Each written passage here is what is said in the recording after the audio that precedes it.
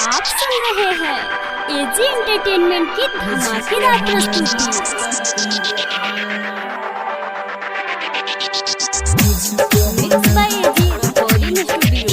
जहनम ये तेरी याद मुझे पल पल सताती है।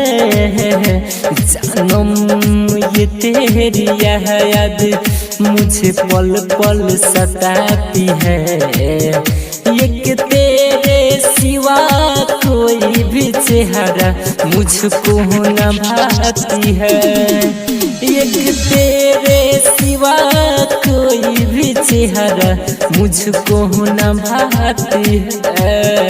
जानम ये तेरी याद मुझे पल पल सताती है।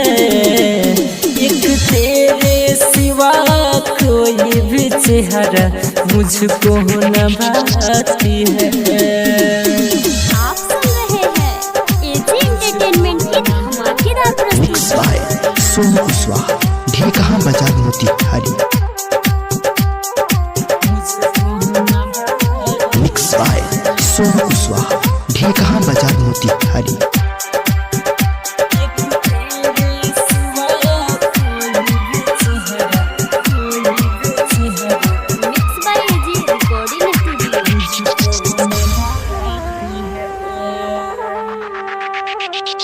ख्वाबों में तेरी चेहरा जब याद आती है।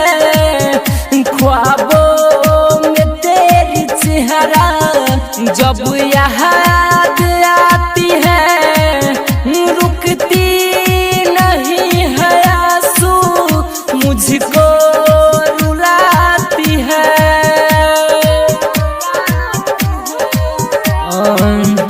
जब याद तेरी आए सनम राहतों में सताती है।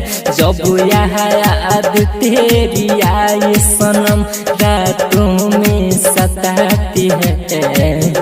एक तेरे सिवा कोई भी चेहरा मुझको न भाती है। एक तेरे सिवा कोई भी चेहरा मुझको न भाती है।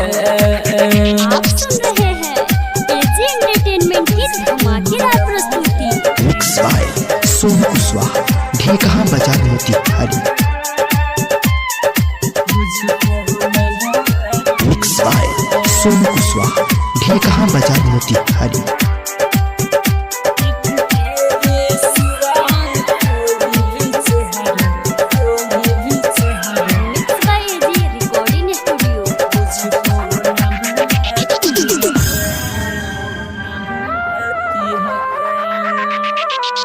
कैसे भुला दूं तुझको तेरी याद न जाती है।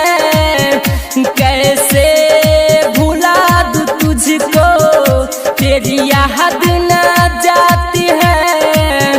राइटर रंजन रसीला को तेरी याद आती है।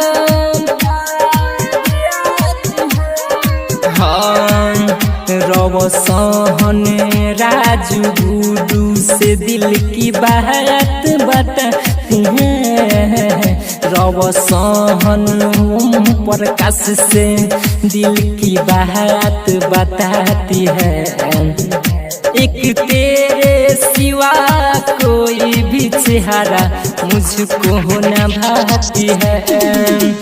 एक तेरे सिवा कोई भी चेहरा मुझको न भाती है। जहनम ये तेरी याद हमें पल पल सताती है। जहनम ये तेरी याद हमें पल पल सताती है। एक तेरे सिवा कोई भी चेहरा मुझको न भाती है। जानम ये तेरी याद मुझे पल पल सताती है। एक तेरे सिवा कोई भी चेहरा मुझको न भाती है। रोशनपुर सपा।